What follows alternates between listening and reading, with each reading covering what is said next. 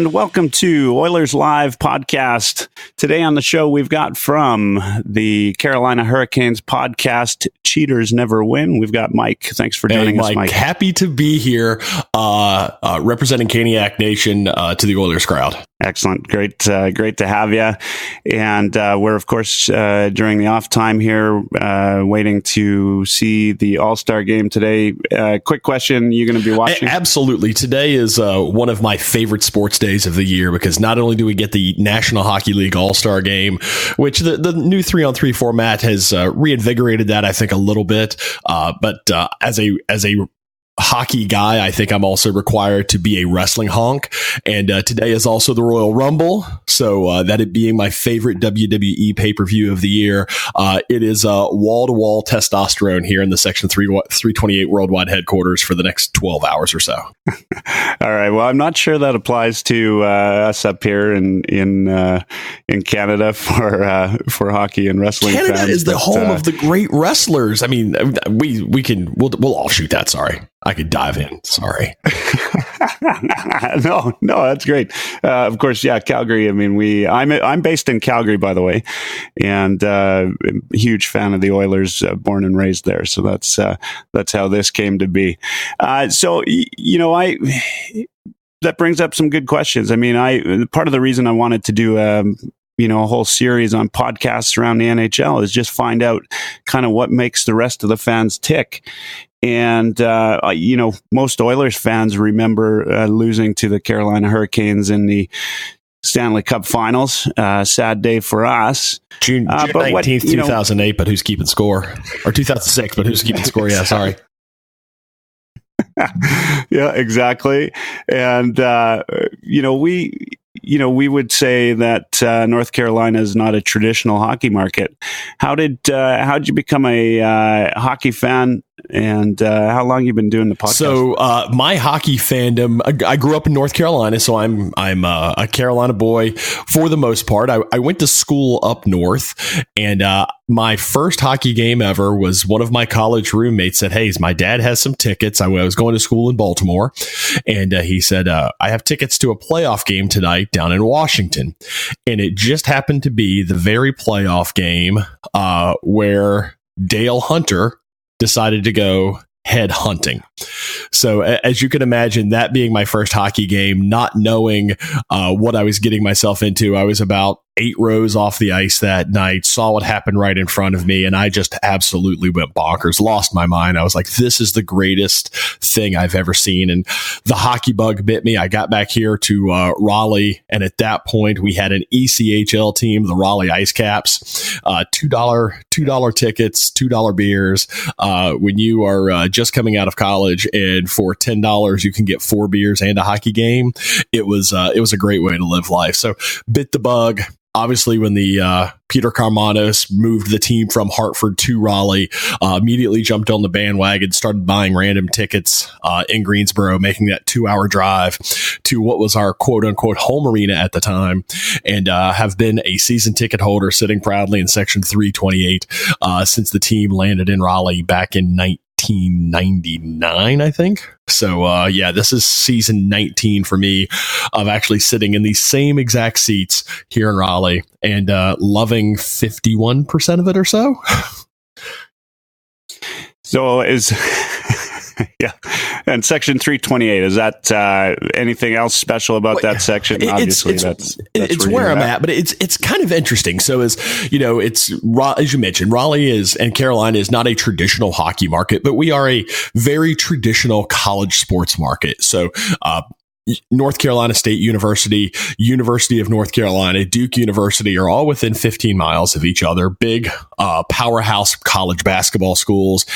Every now and then they're good at college football. And there's professional sports has kind of been the one sport that we've all been able to rally around because we all, have defined our religions based upon college basketball around here.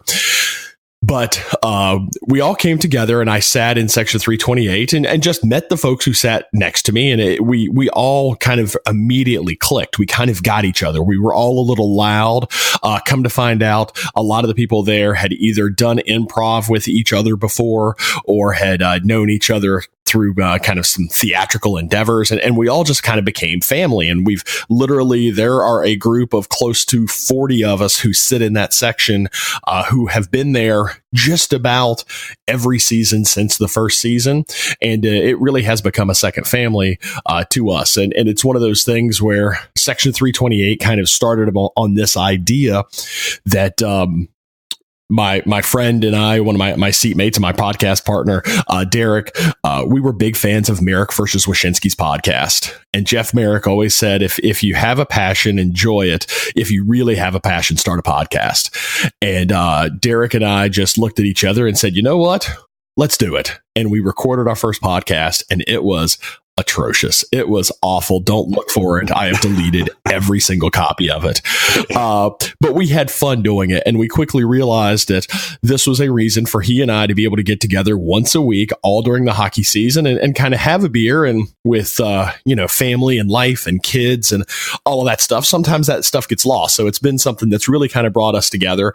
And, we always thought, we were just like, okay, whatever. A few people listen. Our parents downloaded a couple hundred times, which is why our stats are what they are. And, things that we kind of assumed that. And then we made our way to one of the Merrick versus Wyshynski kind of pre-NHL draft parties in Chicago. And there's, a couple hundred people there. We're meeting people, talking to people, kind of going, oh, we listen to your podcast. You're great. And then all of a sudden we had people come to us and go, oh, we listen to your podcast. You're great. You're our link to the Hurricanes. And we're like, you live in New York. You're a Rangers fan. Why would you ever actually listen to us? And it's just been one of those things that's kind of grown. And this whole hockey podcasting community has been, so great to kind of just grow up and kind of become a part of. I mean, we've enjoyed it. We've grown our little 2-person podcast to 4 or 5 people working for a site. We've actually got a couple buddies of ours who sit with us who love wrestling. And they're like, hey, could we slotch off your brand a little bit and create our own wrestling podcast? And we're like, yes, that's the idea. If you love something, start a podcast. So there's actually a Cheaters Never Pin podcast out there that just talks about wrestling. Right on. We also ramble a lot on this podcast. Awesome. Sorry. Yeah, you know what? That's great. I did prior to having you on. I went and listened to a couple of pods and absolutely loved it. The two of you obviously have been friends for some time. When did you start it? I mean, I did look for the first episode, and I guess I won't find it unless if I go on the dark web. But how long ago we are in our 5th year of doing Cheaters Never Win. We proudly proclaim that we're the longest running Carolina Hurricanes podcast, not because we're better, just because everybody else has quit. Kind of like our goaltending. Yeah. And let's chat about that. I mean, I do want to hear about the Hurricanes at some point in the next half hour. Company. Come on, man. Yeah, well, I mean, it's funny that we should be chatting now. I mean, if we had been chatting last year at this time, it might be a different story altogether. But such is professional sports, and so we're here now. So let's talk about the Hurricanes. What's going on with them recently? They're sitting in eighth place in the division of death. Thanks for noticing. The Metropolitan Division being far and away the toughest division in all of hockey. I'd have to quick check the stats real quick, but yeah, we are 8th in the division of 8 because that's how we do it out here in the Eastern Conference. But also we are, I believe, 10 points out of first, something like that, something crazy, 10, 12 points out of first. So it's really kind of crazy right now. The Hurricanes were in the wild card a week ago, something like that. And it was crazy because everybody in Raleigh was getting really excited and just really kind of just ramped up. So, yeah, I mean, the Carolina Hurricanes currently are 11 points out of first behind the Washington Capitals. And we are, 4 points, 3 points out of 4 points out of a wild card with, we don't have any games in hand anymore. That's nice. Okay. So, 4 points out of the wild card, but with a ton of division games to come in. The good news is we've killed most of our top of our division in terms of games. So, we've already completed most of our games against Columbus and Washington and Pittsburgh. I think we only have one game with Washington and one game with Pittsburgh left, and then we'll be done with those guys. So we have all of those guys who are in the middle of this Metropolitan Division still to play. We have an 8-game homestand coming up as soon as we get back from the All-Star game, and 11 of the next 12 games are played in the friendly confines of the PNC Arena. So we have a huge opportunity in front of us to kind of jump into a contending position, which is something that we here in Carolina have not been able to say since about 2009. So we think we've got a good young team, but man, this division is tough. If we could get some decent goaltending, and get Sebastian Aho healthy, I think this team's got a chance to not only get into the playoffs, but maybe shake things up a little bit. Because as we saw from Nashville last year, you don't have to get into the first seed; you just got to get in. Yeah, absolutely. And the playoffs are a whole different season, right? So Aho, is he on the injury list? Sebastian Aho took a hit at the hands of Mark Giordano right before the All-Star game. Yeah, you know what? That was Aho. So let's not go anywhere yet, because I want to talk about that, because I saw that. To me, that's at least hearing worthy, that hit. And then Aho's out, right? He had a concussion. Well, he has an upper body and lower body concern. So, it was said that I believe he was in the concussion protocol, but I believe the leg was what most of us were more worried about, and the fact that he did not have to have surgery on that knee was really exciting. Sebastian Aho actually skated, not with the team, but skated on the ice before the Montreal game Thursday night. So that was great to see that he's out there, he's skating, he was moving around. So we have the best of hopes that he will, come back healthy and wasn't too jarred. In terms of the Giordano hit, and this is a very unpopular opinion in Caniac Nation, I thought it was fine. He was cutting across the middle. Aho had his head down. I don't think Giordano targeted him. I don't think he stuck his leg out to leg whip him and get that knee to knee. I think it was a young player who was putting it all out there, who went to a dangerous part of the ice with his chin tucked. Yeah. And it's something he's going to learn from. Jeff Skinner's had to learn. Jeff Skinner used to do that and used to make that move. And as much as we'd love for our little baby Skinner to do that a little bit more often, for the health and the safety and the future of not only them, but this franchise, you've got to play smartly. When you're 1-on-3, you've got a big defenseman in the middle, and you're cutting across in very tight corners. Yeah, absolutely. Yeah. That's fair. I mean, I didn't go over the hit over and over again, but just a little brief part that I did see, it looked like Gio stuck his leg out a little bit, and maybe a bit of a high shot. I thought it may be worth a hearing at the very least, but you know what? I'll take it from you. I mean, it's if you can be objective enough to see a hit and say that it's fine, then usually that's pretty good. That's the thing. When you get the way this league is, and we talk about replays and all of that, you can break it down to like second by second by second and millisecond. And you say, did he stick his knee out? If you look at that play in real time, I don't think by the time Giordano looks up and sees super fast Sebastian Aho cutting to the middle, I don't know if he actually would have had time to stick the knee out to be able to intentionally do that. I think he kind of braced himself for the hit. And then by bracing himself for the hit, he came down. He kind of came down, bent at the knees, and being a bigger guy than Aho, everything then kind of lined up. But I think it was as much he bracing for the hit and trying, as opposed to really he delivering a massive hit. It was just my take, but it's not a popular opinion around here. No, and fair enough. I mean, it wouldn't be here if the same thing happened to any one of our players. Absolutely. You got, Jordan Stahl, one of the Stahl brothers. You got Skinner. You've got Hannafin, who I believe is out at the All-Star game right now. Who did you think it was going to be Hannafin that went? Who we were absolutely expecting Hannafin because Sebastian Aho is the most worthy guy on this team, and Teuvo Teravainen is probably the second most worthy guy on this team to make it to an All-Star game this year. Unfortunately, by just the fact of the division that we play in, Sidney Crosby is going to get a forward spot. Jonathan Tavares is going to get a forward spot. Alex Ovechkin is going to get a forward spot.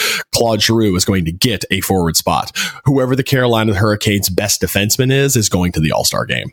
It's really that simple. Unless somebody's having, just an absolutely, blowout year. But as you looked at it, Jacob Slavin and Brett Pesce, who were both our first pair, Slavin's probably an all-star worthy guy, but just has not had he's had a little bit of ups and downs to his season this year. And Justin Falk, I do not know who put Sanka in his coffee. But Justin Falk has not been the Olympian and the All-Star that we've known him to be. Noah Hannafin is really kind of coming into his own. He is not without his mental lapses, but when he is focused and on his game, he is a great skater, and he is learning this game day by day. As Bill Peters would say, we just reached our 200th game with Noah Hannafin on the ice, and right around 200 games is when folks actually start to learn what it means to be in the National Hockey League. So we hope Noah continues to get better. We hope he learns a little bit, having a chance to enjoy what is an NHL All-Star game and learn from some of the other guys. But I think should have been Aho or Teravainen. It was going to be Hannafin. Yeah, that makes perfect sense when you start lining up all the forwards in the East. There's some pretty good ones. You left out Matthews, of course, and a number of other guys. But I guess they go by division in that very now. Subpar Atlantic division, though. Yeah. Everybody's got their. They talk about the Pacific Division out here, oddly enough, being one of the toughest divisions in the league. But I think that's how us folks that have our team sitting in the bottom of the standings, how we talk about our divisions. That must be it. So what, Oilers Twitter and the Oilers community, we've got a really thriving fan base. I mean, obviously you weren't, doesn't sound like you were a fan of the NHL back in those years, but, I grew up during that. I grew up in the Gretzky era. I grew up, watching Mark Messier after Gretzky left. Gretzky is the third greatest hockey player of all time. I mean, it had to have been a pleasure to watch him. All right. I can't leave that. Who are the first two? The greatest hockey player of all time is Joe Sakic. He is Rashad Jesus. I say that just to bait. Sorry. No, I think, I think Bobby Orr, given the opportunity, probably would have been considered the greatest of all time had he had two working knees for any length of time. And I grew up out east, and I learned hockey. I started watching hockey on ESPN in the early 90s. And that means we got a thorough view of everything that Mario Lemieux did. I'll take, and again, I think it's an East Coast, West Coast thing. Call it what you will. I'll take Mario over Wayne. So, my turn for an unpopular opinion. I would take Mario over Wayne. I'm a huge Lemieux fan. Always was. I mean, the guy, he was outstanding. What he did with the puck, what he did, going around players and the manner in which he did it, he looked like he wasn't moving. And all of a sudden, he was past the players. It was unbelievable. It's debatable. Yeah. Or Lemieux or Gretzky. I mean, all three of them relatively different times. I know Lemieux and Gretzky played at the same time, but still different conferences and completely different experience. In 20 years, when people look back at it and they say Austin Matthews is the second greatest hockey player of all time, just ahead of Connor McDavid, you're probably going to make the same argument. I feel awful saying that, by the way. I love Connor. I think Connor is everything. Us here in Carolina may still just be a little bit bitter that, if we had actually just tanked the last of that season like we should have, and then rigged it to win like you guys did, we could have had Connor McDavid. Well, I of course, being here in Calgary, I mean, I never get the end of it, right? And we've had now 1, 2, 3 first rounders, 4 first rounders, 4 first overalls, and still are sitting outside of the playoff picture in the 11th time in 12 years. I get digged for a little bit. No, we absolutely, again, what we in Carolina here enjoy is the forthcoming late, we've got an 8-game homestand. So if we are going to Carolina Hurricane like we have for the last 9 seasons, we're going to go 1-7-1 in the next 9 games, and basically push ourselves out of the playoffs and then follow that up with a 10-0 run, just good enough to get the 11th pick in the draft. When, if we could just continue on that awful run, we'd have a chance to have one of those kind of game changers. The Noah Hannafin draft was the perfect example. We had a great chance to have one of those first couple of picks, and then all of a sudden go on a nice little run there at the end of the season, and before you know it, you're picking 5th. There was 5 great guys in that draft, so we fully expected to pick 6th, but the fact that we were able to get Hannafin at 5 didn't hurt our feelings, but much would have rather been in the top 3 of that draft. Yeah, and Hannafin is outstanding. He is he's worthy of the All-Star game. I've watched him play. He's been great. We of course played you guys early on in the season, like game 2 or game 3. I don't know if you remember that, but you're talking about goaltending right now. That was a goaltender's dream, that game. I think it was Cam Ward in that? Yeah, anytime we go out Western Canada, Cam Ward has to get his obligatory start because, that's where he's from, and Cam Ward is everything. I say that sarcastically. For those of you who may not listen to the Cheaters Never Win podcast, our love-hate relationship with Cam Ward tends to lean more towards hate, just because it's been so long. We're so tired. We're so tired, Mike. And he was, at one point, he was the second coming. I mean, you guys really expected him to be unbelievable. Was he not or not? Guys, see, that's everybody outside. So Cam Ward, okay, it's 2006. Martin Gerber is having a good season. And then all of a sudden, the Wunder Kid comes in and saves everything and raises Lord Stanley's chalice. And he has come and he has risen. And he and Eric Stahl are going to carry us to the promised land. And they take us to one more playoff run in the next 12 seasons. He has, since 2009, been no better than bottom third of the league in goaltending statistics. For the last 3 seasons, Cam Ward has been no better than 39th in goaltending statistics among people who get starters playing time. So that means there's been 10 backups in the league for the last 3 seasons who have gotten enough time to be considered a kind of starter whose stats are better than his are. It's awful. Our goaltending has been an abomination. It has killed us. We are so tired of it. Scott Darling was supposed to be the second coming, and we knew Scott was going to take a year. We kind of saw what happened in Edmonton. Cam Talbot comes in the first year as a full-time player and was not the guy you thought he was going to be. And then last season, Cam Talbot was, Vezina quality. And now, this year, you guys get Cam Ward, Cam Talbot, which is, we got this guy who's going to be the second coming, and he's going to take us to the playoffs, and it's great, and we love this guy, and why is this guy on our team, and why can't he go somewhere else? Because I hate him so much. Does that kind of sum it up? Yeah, you know what? That exactly sums it up. I think, I could probably loop that and get hundreds of listeners every week. It'd probably be pretty popular. Outside of Cam Ward, what's everybody complaining about right now? I mean, here in Edmonton, we're talking about special teams. It's really more about leadership, is what everybody's going after, whether it's to change out Raleigh or McClellan as coach.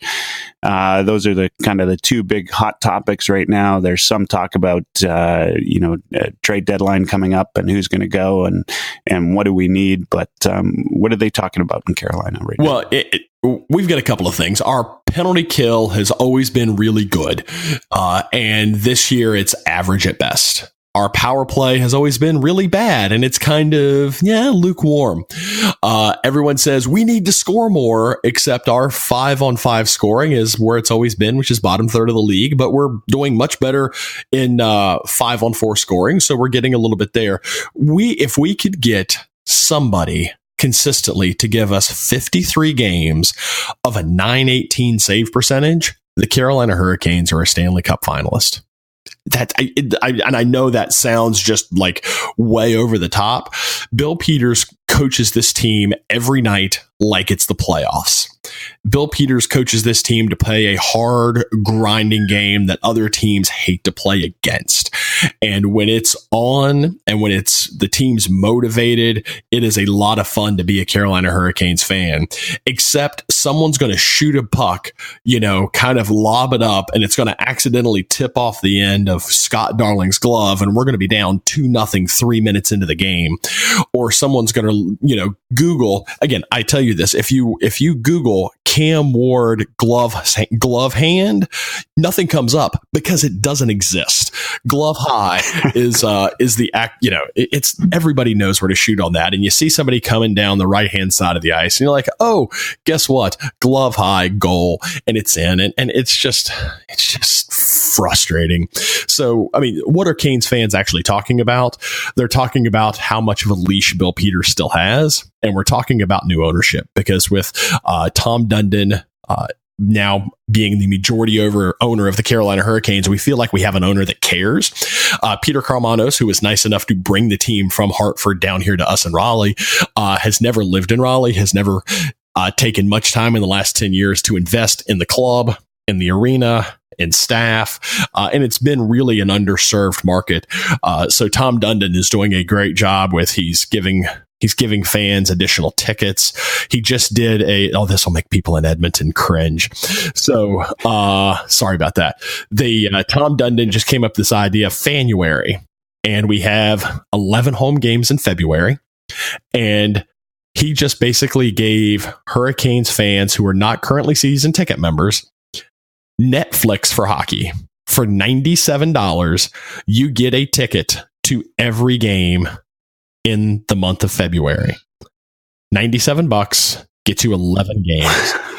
Wow. You don't know where you're sitting until you get to the arena and they swipe your little code and a ticket prints out. You may be sitting in the last row upstairs. You may be sitting downstairs center ice. But for $97, you basically get Netflix. There's no refunds if you miss games or anything, but $97 to go to all the games that you want to in the month of February.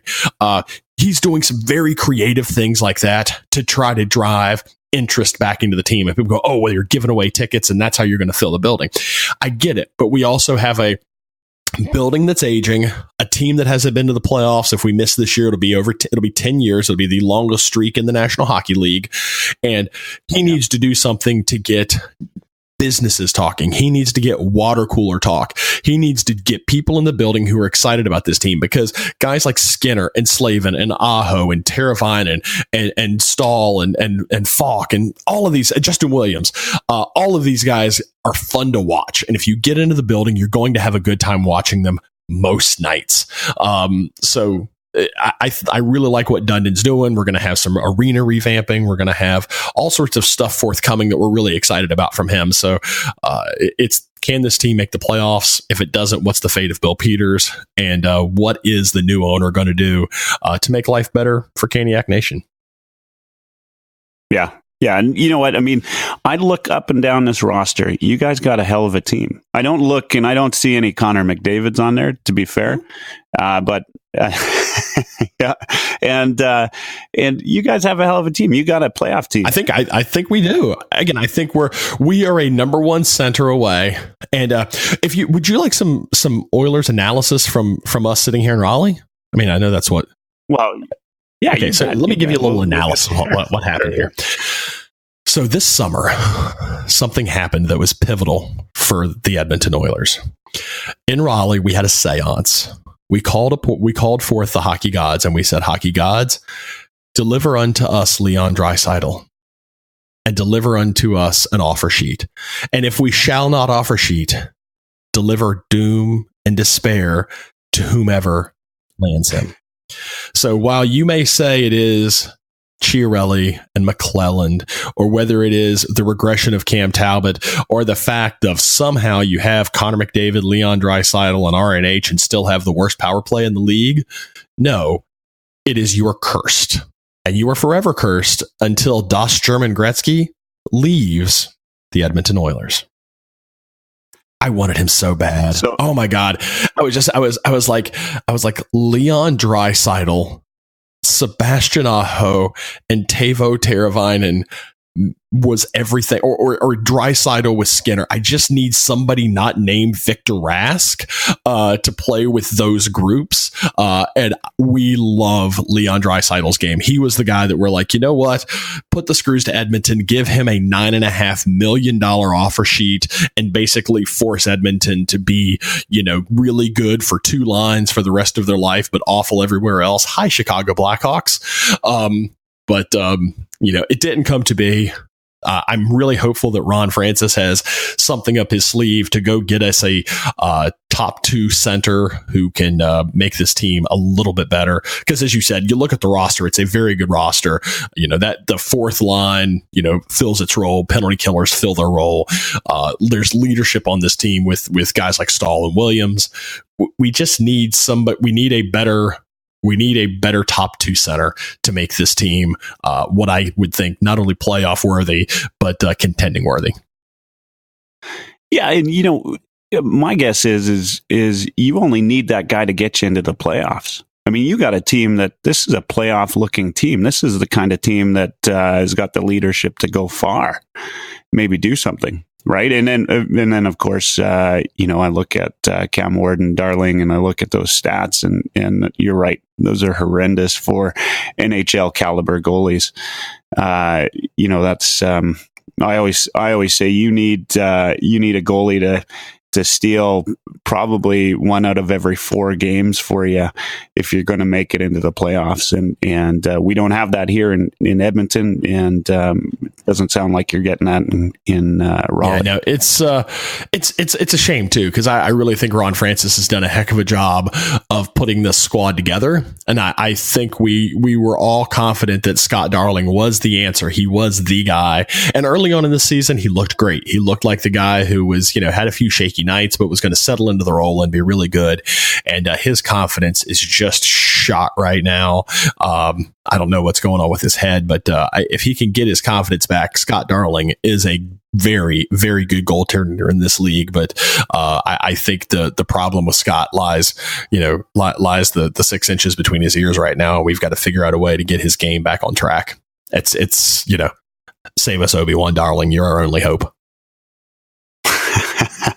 So tell me, I've got probably about 10 more minutes left here. So let's chat a little bit. When we get back from the All-Star break, who do the Carolina Hurricanes have up next? You know what? That is a great question. And if I were properly prepared for this podcast, I probably would have looked that up.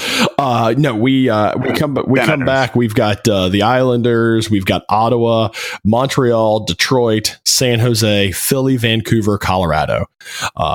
Most of those games all at home in the friendly confines of the PNC Arena. We've got to win those games, right? You look at that: Montreal, Detroit, Philadelphia, all Eastern Conference teams that you are better than and you should be able to beat, and really start to catch up a little bit. A couple of West Coast teams that are going to be coming in here between San Jose and LA. And then we get a nice little string of having to fight the Devils. And there's a team that's in a tailspin that's not going to make the playoffs. Go ahead and mark that one down. The New Jersey Devils will not make the Eastern Conference playoffs. Yeah, I don't doubt that. What's their last 10? They maybe won 2 in their last 10. How can you expect to win without Adam Larson, right? That's what we keep saying over here. Yeah, absolutely. Yeah. That's part of the whole Chiarelli thing out here. Is everybody says he lost the Hall trade and he lost the Eberle trade, and those are all folks you guys are playing out there more often than we see out here in the West anymore. And yeah. I mean, it's of course New Jersey's been doing all right, and the Islanders have been doing all right. So that's goes against what Chiarelli had hoped. He'd hope that we'd be in a playoff spot right now, but we're sitting nowhere. I think we're about 10 points out of a wild card. So that's.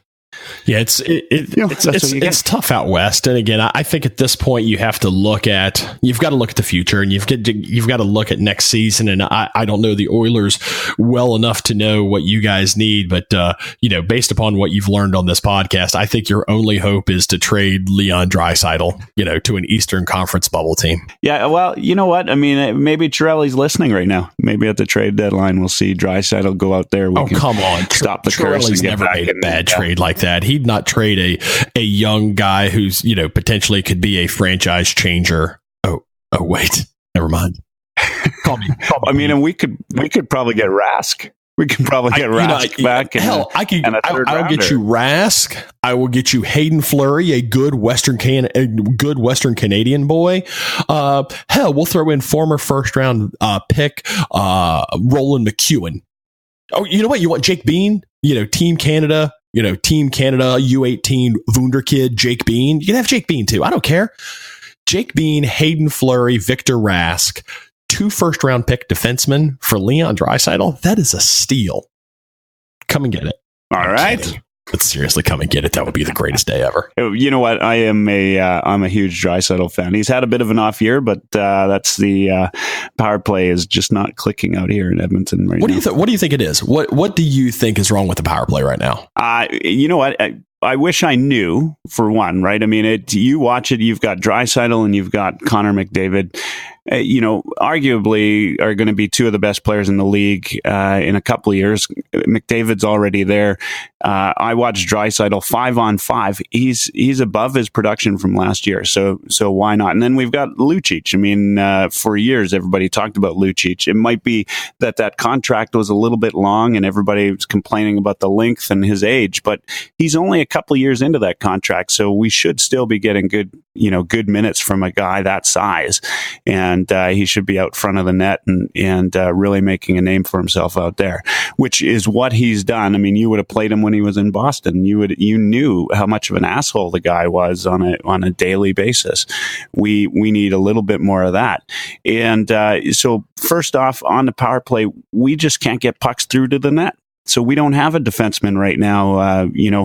We're joking, of course, about doing a Draisaitl trade for a couple of first round defensemen, but maybe we need that. I don't know. I mean, we've got pretty good defensive depth in this system here. What we do need, though, is for McClellan. And this is where, if I was to make a change, that would be what it is, unfortunately, would be on the coach. And we've done a number of coaching changes, of course, over the years. But this is a team that just doesn't play with any passion right now in some games, and the power play gets out there and it's the same thing night after night. And so, everybody knows that phrase. The definition of insanity is doing the same thing over and over again. And that's been tweeted out 80 million times in the Oilers world right now, because night after night, the same 5 guys go out on the first power play. The same 5 guys pass it around the same way, and they don't get any results. And you got to ask, why not try anything new? They put Darnell Nurse. I don't know how well you know Darnell Nurse, but here is a guy that's really coming into his own this year. He's a hell of a defenseman. Premier defenseman, I would say.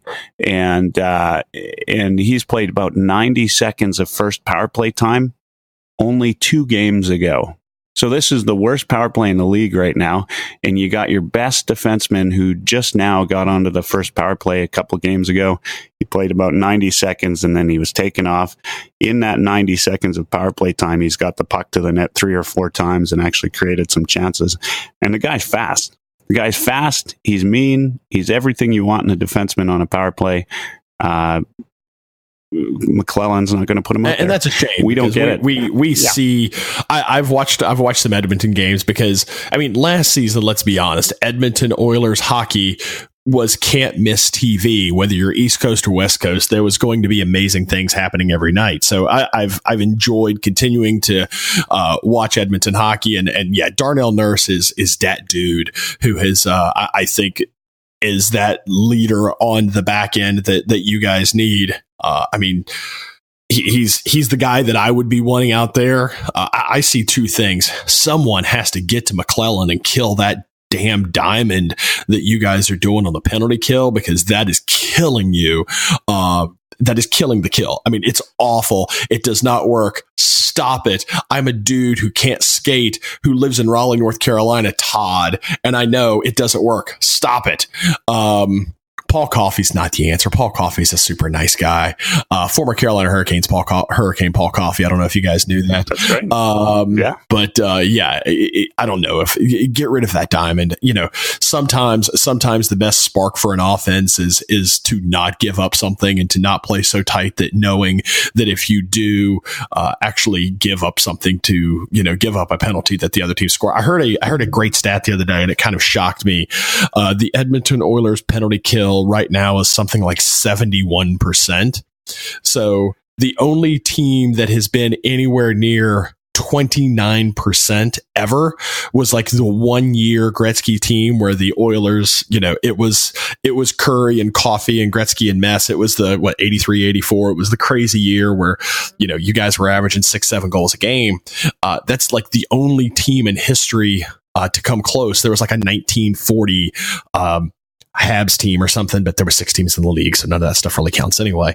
But it's insane that the penalty kill is basically making every team who plays against it look like the 80s Oilers. That's bad. Stop it. Stop killing your own team's momentum by knowing every time I may make a mistake, my team's probably going to get scored upon. You've got to fix that. I think it all starts with the kill. We had the Sabres in town the last Monday, and I was actually at that game. In fact, I was at the hotel with Eichel and Okposo, and we had a chance to chat with them in the elevator on the way down to the game, and then just to go in there and expect the Oilers might come out, and they had a chance actually to be at 500 at the All-Star break, which was pretty exciting. And they went in there. It was a 5-0 absolute stinker. And Buffalo, of all teams, went 3 for 4 on the power play. And when they did finally, they kind of, took their foot off the gas in the last couple minutes and had a power play. That was the one power play they didn't score on. Of course, at that point, nobody cared. So I would say that the Buffalo power play was 100% that night, even though, we'll say 3 for 4, but it was 100%. They didn't miss. It was as poor a penalty killing effort as I've ever seen in my life. And I play a ton of hockey here. I play probably 5-6 games a night, or a week rather. And, I've not seen a worse penalty kill, ever. And I'm playing adult hockey, right? I mean, this is the funny thing is the Oilers not currently playing adult hockey, and I think that's the problem. Oh, yeah. Shade thrown. Yeah, no, you're right. There's not going to be a lot of people arguing with you right now. I mean, we are a battered fan force right now, and you know what? It's harder because we made it into the playoffs last year. Oh, yeah, it's got to hurt. I mean, this was when we did our preseason predictions. We all knew that the Edmonton Oilers were going to get a chance to enact some revenge upon the. Against the Nashville Predators, or the Predators, as we like to refer to them down here, and then face the Toronto Maple Leafs in the Western Conference, or in the Stanley Cup Final as the Western Conference person. And now we're looking at it and we're like going, what did we know? We know nothing. We've never seen a hockey game, and we are stupid. So you feel free to loop that as well, because Carolina Hurricanes podcast and Twitter will love to hear me saying that nice things about Cam Ward and calling myself stupid. They'll love that. Well, that one's going into the vault. We'll definitely have a replay at the very least. So you know what? I'm just about out of time. Any last thoughts? One thing I did want to cover just quickly, actually, was if I'm a Oilers fan and I'm going out to Carolina, or Raleigh rather, in North Carolina, to go watch the Oilers at the PNC March 20th, I believe, is the next game we play against you guys. What should I know? What should I do? What should I know? What's the best place to go pregame in Raleigh? Give the guys a little bit of advice. So if you're coming to the game, welcome, first and foremost. Hit us up on Twitter. We are at @section_328 over on Twitter. Make sure to respect the underscore. But definitely let us know you're coming. We love talking to other fans. The best place to go pregame before a Carolina Hurricanes game is the PNC Arena parking lot, because unlike a lot of teams, we tailgate our asses off before any weekend game. So that'll be a fun game for us. So come on out to the PNC Arena.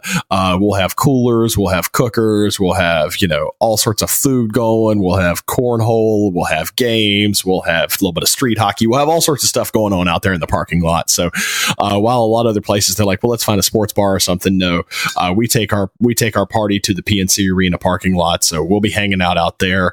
If it's a weekend game, generally 2, 3, 4 hours before the game, having a good old time, couple of pops. So come on out and join us there. Like I said, come on and find us over on Twitter. We'll tell you exactly where we're at in the parking lot. So if you're making a long way in to see your favorite team, you don't have to bring everything. Just come eat our food and drink our beer, because we love new friends. In the arena, barbecue nachos. Hands down, one of the best things in the arena. Make sure you get some good barbecue nachos while you're here. We have a lot of great North Carolina craft beer. If you enjoy the suds a little bit, go find the LBC Linwood Brewing Concern and get yourself some LBC beer. It's good, really good local beer. I think you're going to enjoy that.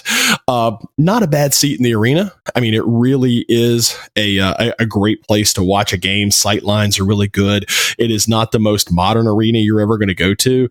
Some of those new modern amenities like giant scoreboard, really fast Wi-Fi, all of that stuff's kind of missing. But no bad sight lines. It's a great arena to watch hockey in.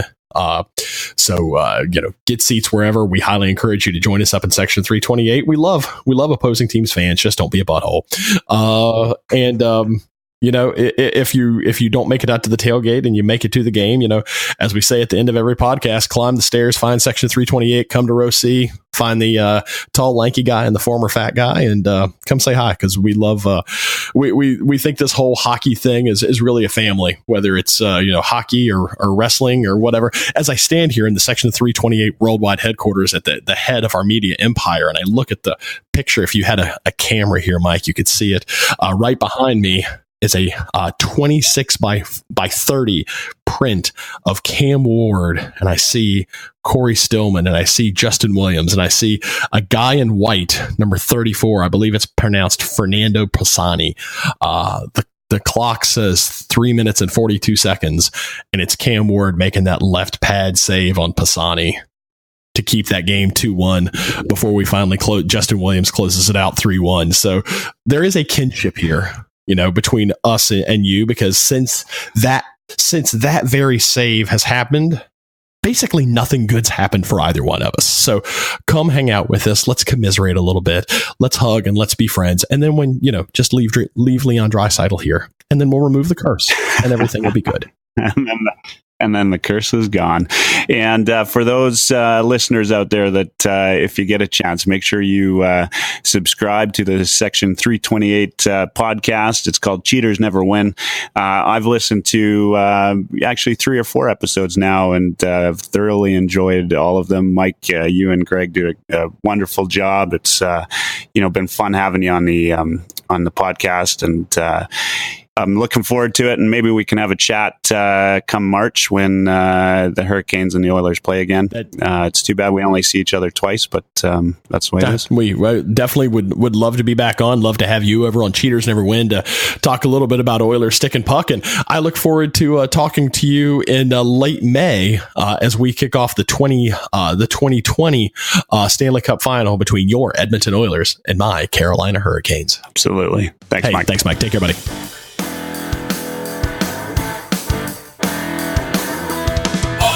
Life